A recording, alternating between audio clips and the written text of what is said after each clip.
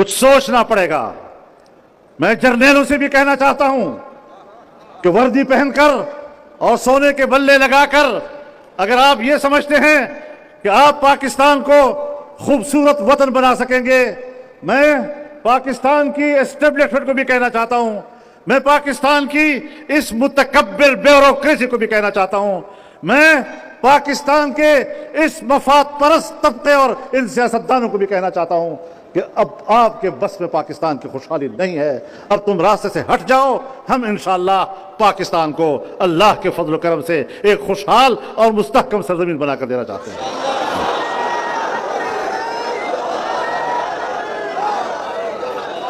अपनी नाकामी को तस्लीम करो।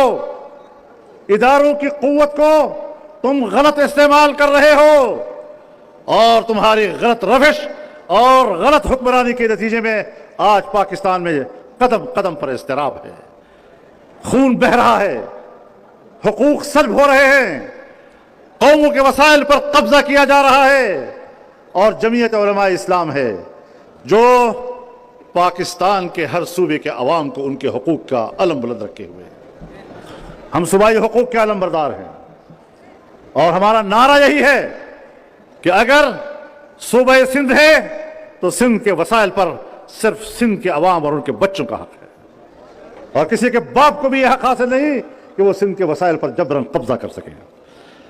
और अगर सिंध के वसाइल पर कब्जा किया जाएगा तो तहरीक भी उठेगी और इंशाअल्लाह फजलुर रहमान आगे होगा, सिंधी अवाम साथ होंगे। नारे तकबीर! जमीयत उलमा इस्लाम, कायदा जमीयत मौलाना फजलुर रहमान, सिंध के पाइंदे, सिंध के पाइंदे। बलोचिस्तान के हुकूक, उस पर बलोचिस्तान के अवाम का हक है, उनके बच्चों का हक है। खैबर पख्तूनख्वा के वसाइल पर उन्हीं का हक है और उनके हक को तस्लीम करना पड़ेगा।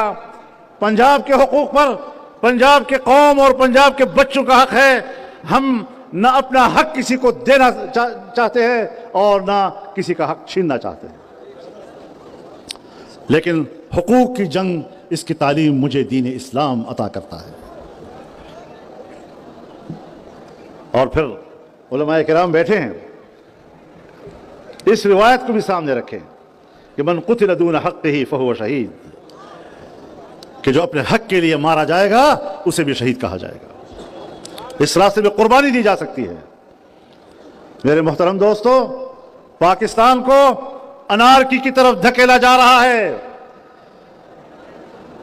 लोग आईन का भी एहतराम करते हैं, कानून का भी एहतराम करते हैं और आईन और कानून का एहतराम और उसकी पैरवी ये तमाम दुनिया की इंसानी अक़वाम का मुत्तफ़क़ा मौक़िफ़ है, कोई इससे रूगर्दानी नहीं कर रहा।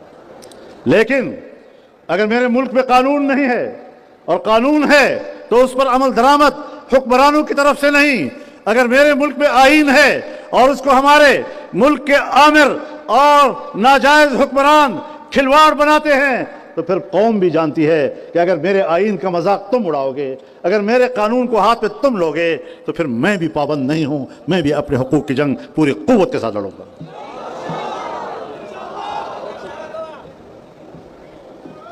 हम इस मुल्क में गुलामी की जिंदगी गुजारने के लिए नहीं बैठे। आजादी की बात तो हर एक आदमी कर सकता है, लेकिन जब मैं आजादी की बात करता हूं तो मेरी 300 साला तारीख, मेरी पुश्त पर 300 साला तारीख, वो मेरे इस दावे की तस्दीक भी करता है। आजादी का सबक सीखना है तो आओ हमसे सीखो।